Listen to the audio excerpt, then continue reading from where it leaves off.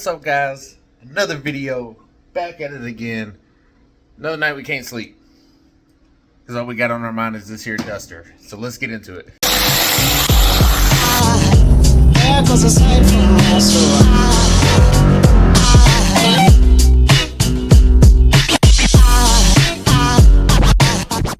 Alright guys, so we're still chipping away at it.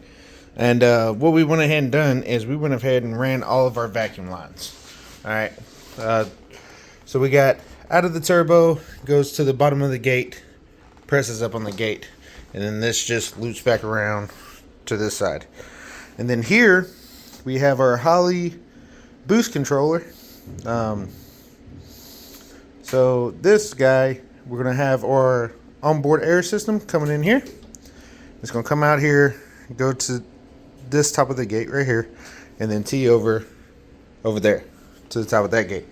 So the way this works, right, exhaust comes in, spools, turbo sends out a signal. All right, and it pushes on the top or on the bottom of the wastegate. So right now there's a 3 psi spring in here. So this 3 psi spring is going to hold the gates closed until the air underneath it shows more than 3 psi, and then it's going to open up the wastegate and direct flow from the turbo through the wastegate. So what we have to do, and this is what a boost controller does, is some people use CO2. We are running an onboard air system. So we're going to have, 85 pounds sitting here, and we're going to tell it to put, let's say, 10 pounds on here. So 10 plus the 3-pound spring that's in there, it's going to be 13 pounds. So if it's a 1-to-1, once this sees 13 pounds at the bottom, it's going to hold it still. But as soon as it sees 14, it's going to start letting out exhaust out the wastegate to hold a good 14 pounds into our big 498 cubic inch Mopar. So I like that location right there. Everything I read said you want it as close as you can. It's probably not ideal. It should probably be like on the frame rail or somewhere like that, but it's sturdy. I don't think I'm gonna have an issue anywhere there. So I like that. We're gonna have to drill a hole up there to run our line through, but we'll get into that later. All right, guys. I don't know where we left off, but a mess has happened. A whole bunch of work has been done. So if you don't know, we got 4-corner strange brakes all the way around. We got all the brakes bled. Brakes are bled. Just about everything's done. We need to kind of work on the pinion angle a little bit. Now, we can't get it exact until the car's on all the weight. But it's as simple as turning that adjuster there. And then I got some shock resetment stuff that I need to do. And our trans cooler is back there. We're gonna put that up here. But for like the boost control and all that stuff to come through, we need to drill a hole over here, put a grommet in it, put it down here, and then I got to move the catch can. So a lot has happened, but we're getting there. So it's one of those things when you get in the when I get in the zone, like I'm working, and just trying to get it done. So let's see what else we can get done. The next day. All right, so we're back. We got valve cover gaskets, and I got the bungs welded on the valve covers. See the seamless, boy, welded on the backside. I'm gonna go ahead and clean up all that like casting flash right there. Casting flash, the weld sweater. I had to weld it with a spool gun, but they look good. Brian did a good job, great job. So I'll go ahead and get a wire brush and get all that cleaned up, and valve covers all cleaned up, and then they're going on for the last time. All right, guys. So we're sitting in the car. Now all the wiring's not done. Just about everything's hooked up. And it's not setting. It used a little bit of work. And then we just got some stuff zip tied up out of the way, and wires kind of running everywhere. But now I ain't gonna do this too much because I ain't got no fuel in it, so it's a dang fuel pump.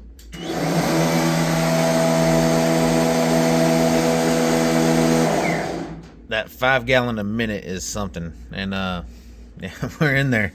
No, I think trans brake button's backwards, so I messed up that connection right there. I'll just have to depin it and pin it in the other side. That's supposed to be my trans brake. That's my bump and my scramble. So, but tunes loaded up in it. Realistically, I love saying that. Realistically, let's jump out of here. Yeah. All right. I just got to wire up this O2. Everything else, fan or water pump's wired. There's no water in it, so it really doesn't matter. But the dual sync is wired. I'll just have my dad help me set this tomorrow. There's just a light. Just turn it till the light goes down at 50 degrees before it's hot dead center. Bolt it down. Plug wires already made. All that stuff. We got to get bolts for this valve cover. I can't run studs because, yeah. But I thought I had 2 more 10 AM fittings for my catch can, but I don't. So, but I didn't want to start the car without the bungs in the valve covers because this splash up oil. Can't do that. So go ahead and depin this guy. Pin it back up to our O2. See if it works. If it does work, cool, great. If not, then we don't really need an O2 to start it, to be honest with you. The plan is tomorrow we need to go get oil. We need to go get transmission fluid. It's got 5 quarts of oil in it. It doesn't even register on the dipstick. It's like an 8-quart pan. Plus there's lines going everywhere to other things. And we got a transmission dipstick in. Got that going for us. We don't have any transmission fluid in there. I mounted the trans cooler up underneath the passenger footwell. Not footwell, but like, well, here, I'll just show you. So it's right there. Now, good thing it's race car. I don't think we'll have an issue with it, but if we do, we can move it somewhere else. But I wanted to just run short lines. So I think what I'm going to do now is I'm going to go ahead and depin this guy. I think I have I think I have all the right graphics diagrams to repin this. So wish me luck. Hopefully I don't mess it up. If I do, then I guess I do. Then we'll regroup and just buy the adapter harness. That I don't want to spend $60 on an adapter harness. That's stupid to me. So we spent $4 on a thing from Boost Monkey. We're gonna put that on, see what that goes. And if all this goes well, and then we get the wiring straightened up and everything looks good, then we can go ahead and chop off all the old paint that's down in the window thing here. So if you don't know, car looks bad. Got it. It was painted single stage forever ago. Sit outside, couple torn. Anyway, everything that's black. This is primer. This has all been down to metal. Like you see some old body damage. There's no Bondo or anything in this. Down to metal. So it's this door, this fender, and then that back quarter panel over there is done. So we still need to do that quarter panel, the roof, this area, and then that fender and that door. Get all the old paint and Bondo and stuff off of it. So we got a blank canvas, and then shoot that. Anyway, where I was trying to go was we'll go ahead and clean this up, shoot some primer on all this stuff, and put our windshield back in because that'll take like nothing. And then after that, guys, we really just got to drop. Oh, I don't know if I told y'all. Brakes bled. Good to go.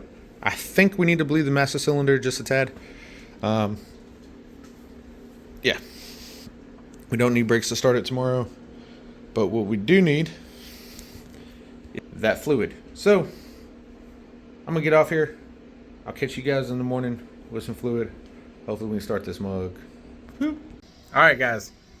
It's actually the next day at night. Don't be mad at me. I didn't film anything. I've been mad all day. All day. Brian can tell you, my dad can tell you. Every step of the way, this thing has fought us. We got it all good, all together. Go to hit the button. Dead battery. Okay, not a big deal. Throw the battery on the charger. Turns out, put on the charger, it read like 64%. Within like 2 minutes, it was at 90 something percent. Okay, that's a dead cell. Excess power battery. It's a few years old. Hasn't had any miles or any cycles or anything like that on it. It's a little old. Okay. So, grab the battery for my trailer, for my winch. It's dead. Like, will not take a charge. Grab the satellite battery. Satellite's been sitting out in the yard on like a flat. The radials are flat. Sorry, we need to get that going again. But took the battery out of it. Go to put it on. Of course, it's been sitting on winter. It's dead. So we put it on the charger. It finally gets a little bit of charge in it. And I'm like, all right, let's try it. Go to hit the key. Breaks the starter. Well, it runs over, starts cranking. It's a little slow. I'm like, oh boy, here we go. It starts acting like it wants to fire. And then you hear boom, boom, boom. And then the motor locks up. And I'm like, oh my God, what just happened? Well, it broke the starter. Broke the nose off the starter. My fault. The mid plate was not secured down at the bottom. In my defense, I'm supposed to already have the mounts, the mid plate mounts, which I don't. It's not. They're not on there. Here's a. So I mean, everything is together. Now, obviously, we'll clean up all the wiring and all that stuff. We just want to get it running, and clean up the epoxy and repaint all that. I just want to get it running, hear it, make sure everything's good. Everything that could leak leaked. But anyway, so we was about to pull the valve covers. We was thinking maybe a piston kissed a valve, that something might have been wrong. But we put so many of these together that I'm like, there's no way. So I get underneath there and I'm like, oh, what about the converter? And I'm like looking at the converter, nothing's. I climb in this side, go look at the converter. I'm like, converter looks good. There's no bolts hitting the back of the block. And then I just so happen to glance at the bottom of the starter, and the whole nose piece is stuck in between the bell housing and the flex plate. So I'm like, oh, okay, cool. So pull the starter off, put the new starter on. Battery, it almost cranked up. Started dipping below like 11 volts, and the Holly is super particular, like it needs a lot of volts to crank up. So I'm letting it charge for a couple hours, go to bed, and we're going to try again tomorrow. Saw a few things wrong with the tune. For some reason on the Holly, I'm about to research this because I'm sure I can figure it out. It's got a 5-bar map sensor, but for some reason, my fuel table and my ignition table keep showing like 152 pounds of boost. So I changed it all to show 27 because about 25 is where I think I'm going to try to keep this. As long as it runs a 490 something at 25 pounds, I'm going to try to keep it at about 25. I'll put 40 at it if that's what it takes, but I think 25 pounds is about where we're going to be at. So anyway, so I changed it to 27 so the fuel and everything can see, 27 pounds. It's probably got way too much fuel in it. But it didn't have enough fuel in to run it. Plus it's cold on the 85. Takes a little while to start, especially on a first startup. We're shooting in the dark. We don't know. So I'll let the battery charge up good tonight. Tomorrow we'll try. So see you tomorrow.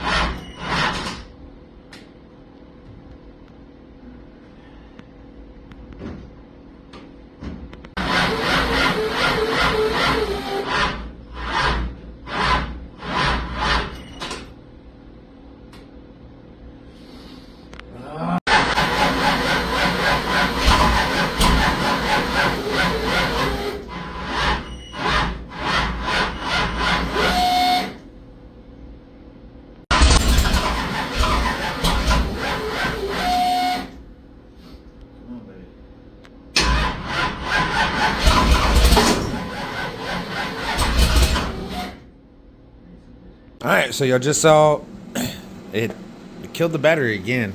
Now, that's not long enough to really kill the battery, so we got it back on the charger. But what I noticed is I got this single ground.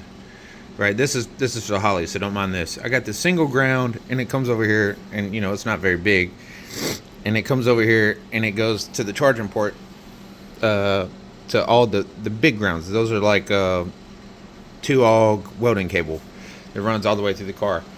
And I got one of the grounds comes down, grounds to the chassis, and the other one goes all the way up here to the engine block. Garage is a mess, y'all. I've been thrashing, and it comes to right there. Last night I cleaned all the paint off of that and made sure it was on there.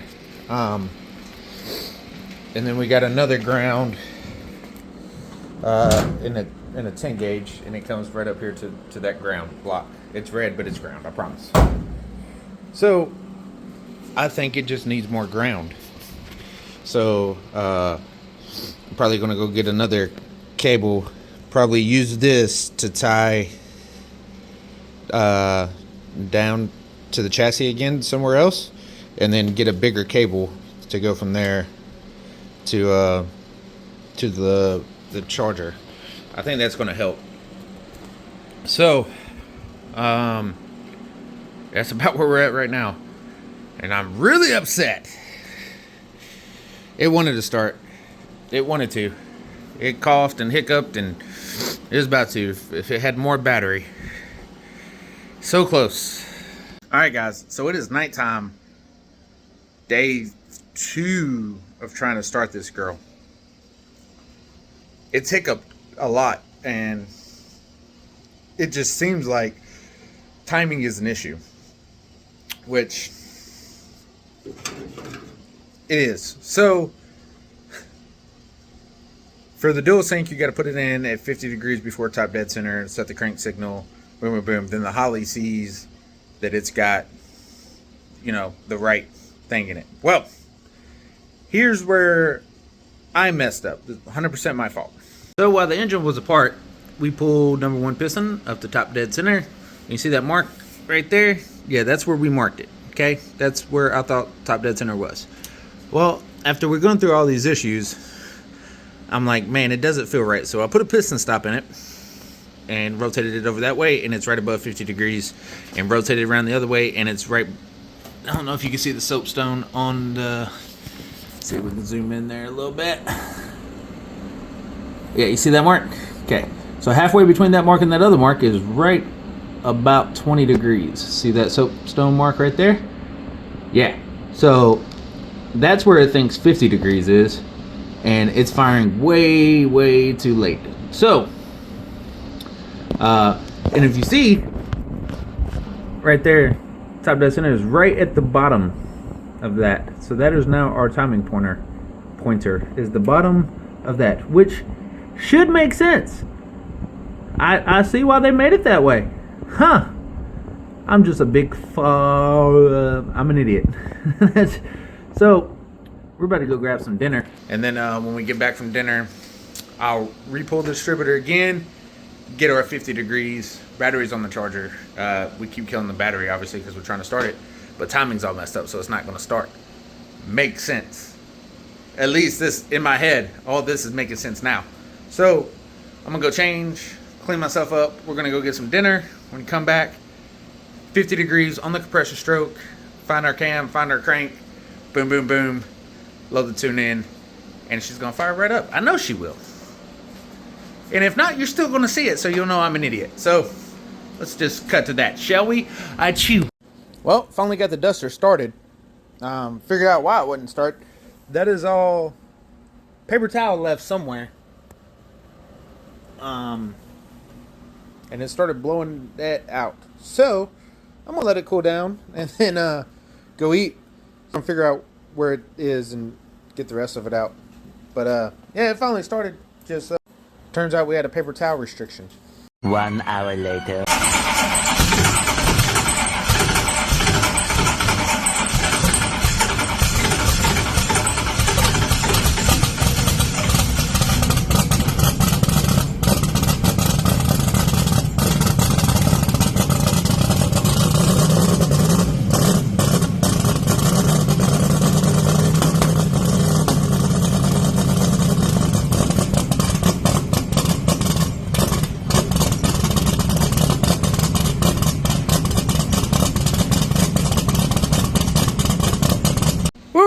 So, oh god, what a roller coaster of emotions.